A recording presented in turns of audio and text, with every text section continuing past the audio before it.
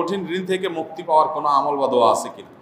ঋণ থেকে মুক্তি লাভের জন্য অনেকগুলো আমল আছে এবং অনেকগুলো দোয়া আছে। এই দোয়াগুলো আমরা পড়বো ইনশাআল্লাহ। সবচেয়ে বড় আমলটা, আমি বড় আমল বলতে সবচেয়ে গুরুত্বপূর্ণ কাজটার কথা বলতে চাচ্ছি, সেটা হলো ঋণ পরিশোধ করার জন্য সিরিয়াসনেস থাকা। সবচেয়ে গুরুত্বপূর্ণ বিষয় হলো ঋণ পরিশোধের জন্য কি থাকা? সিরিয়াসনেস থাকা। আমি অনেক মানুষকে জানি যারা ঋণ পরিশোধ করতে চান, অনেক ঋণ হয়ে গেছে, ঋণ পরিশোধ করতে চান, আমার কাছে এসে বলছেন, হুজুর এটা দোয়া শিখাই দেন, যেটা পড়লে আল্লাহ তাআলা ঋণ পরিশোধ করে দিবেন। আমি বলি ঠিক আছে, দোয়া আপনারা শিখাবো, আগে বলেন ঋণ কত টাকা। তো ধরেন বললো যে আমার এত লাখ টাকা ঋণ, আপনার ঋণ পরিশোধ করার কোনো ব্যবস্থা নাই? না হুজুর, কোনো ব্যবস্থা নাই। কোনো টাকা পয়সা নেই? না, কোনো টাকা পয়সা নেই। জমি জমা কি পরিমাণ আছে? এই 2-4-5 বিঘা জমি আছে। তো জমি বিক্রি করে ঋণ পরিশোধ করতেছেন না কেন? এটা কোনো কথা হুজুর, জমি বিক্রি করে ঋণ শোধ করবো? অনেকে আছে ব্যবসার টাকা আছে, না ভাই পকেটেরটা দিয়ে ঋণ শোধ করবো না। আপনি দোয়া শিখাই দেন, দোয়া দিয়ে কাটাকাটি হয়ে যায়, আমারটা আমার কাছে থাকো। আমার কথা বুঝেন নাই? এইরকম বহু লোক আমি পাইছি যে এই টাইপের। আমি বলছি ভাই, আপনার সাধ্যে আছে, ঋণ পরিশোধ করার অ্যাবিলিটি আছে, ওইটা আপনি ব্যবহার করেন, পাশাপাশি আল্লাহর কাছে দোয়া করেন। আপনার হয়তো পুঁজি থেকে যাবে। অনেক লোক আছে ব্যবসা বাণিজ্য করে, ব্যবসার টাকা ক্যাশের টাকা দিয়ে দেনা দিব না ভাই, দেনাটা ফাও টাকা দিয়া, উৎমা টাকা দিয়া, অতিরিক্ত টাকা দিয়ে দিব, আর এটা আমি মূলধনে হাত দিব না। তো এইটা কখনো প্রকৃত অর্থে ঋণ পরিশোধ করার শুদ্ধ চিন্তা হতে পারে না। মনে রাখতে হবে, আমি নিজে আমার ঋণ পরিশোধ করাটাকে যদি ফরজ মনে করে দেয়, এটা ফরজ, এই ফরজ যদি মনে হয় আমার এবং যদি বিশ্বাস থাকে এটা, তাহলে আমার যদি ভিটাও বিক্রি করা লাগে, তারপরও আমাকে ভিটা বিক্রি করে হলেও ঋণ পরিশোধ করতে হবে।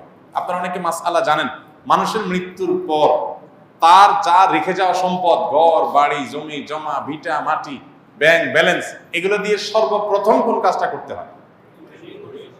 ঋণ পরিশোধ করতে হয়।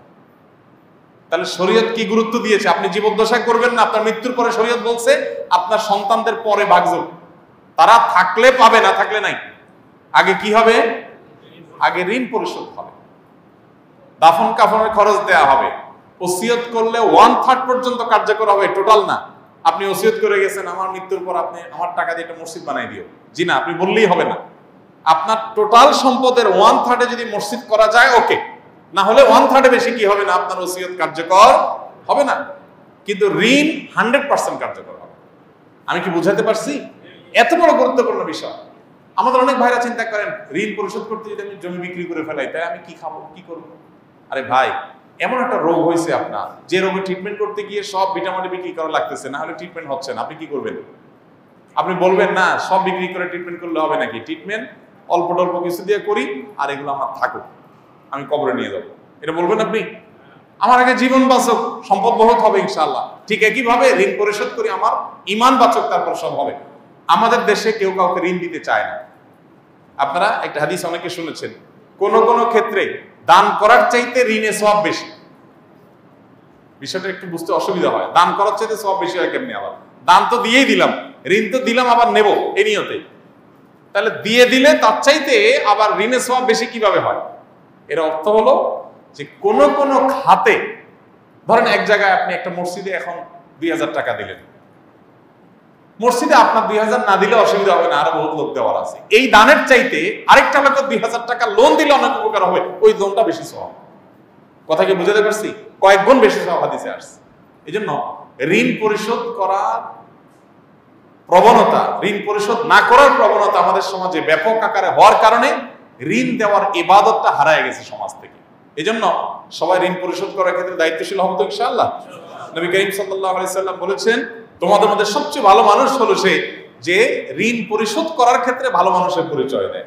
দোকান থেকে বাকি নিয়েছেন, আপনি পরিশোধ করার ক্ষেত্রে ভালো মানুষের পরিচয় দিলেন, অর্থাৎ যা বললেন কথা জবান রাখলেন। আপনি খান না খান, আপনার থাকুক না থাকুক, আগে পাওনাদারের পাওনা পরিশোধ করলেন। এরকম আন্তরিকতার চেষ্টা থাকবে তো ইনশাআল্লাহ? আপনার এই চেষ্টা আছে, আন্তরিকতা। এরপর এবার আপনি আমাকে বলেন হুজুর দোয়া শিখাই দেন, এবার আমি দোয়া বলবো। কথা কি বুঝতে পারছেন? এতগুলো কথা বললাম এই জন্য যে আপনার টাকা পয়সা সব আপনি রেখে দিয়ে এরপর বলতেছেন হুজুর আপনি দোয়া শিখাই দেন, আপনার দোয়া দিয়ে ঋণ কাটাকাটি হয়ে যাক, আমার টাকা আমার কাছে থাকে। এই 2 নম্বরই করা যাবে। আল্লাহুম্মা কফিনি বিহালালিকা আন হারামিক ওয়া আগনিনি বিফাদলিকা আম্মান সিওয়াক। আল্লাহ আমার জন্য যেন হালালই যথেষ্ট হয়, হারাম যেন প্রয়োজন না হয়, আপনি ছাড়া কারো যেন মুখাপেক্ষি হওয়া না লাগে, আপনি আমাকে সেই তৌফিক দান করুন। এই দোয়া করবেন, আল্লাহুম্মা কফিনি বিহালালিকা আন হারামিক ওয়া আগনিনি বিফাদলিকা আম্মান সিওয়াক।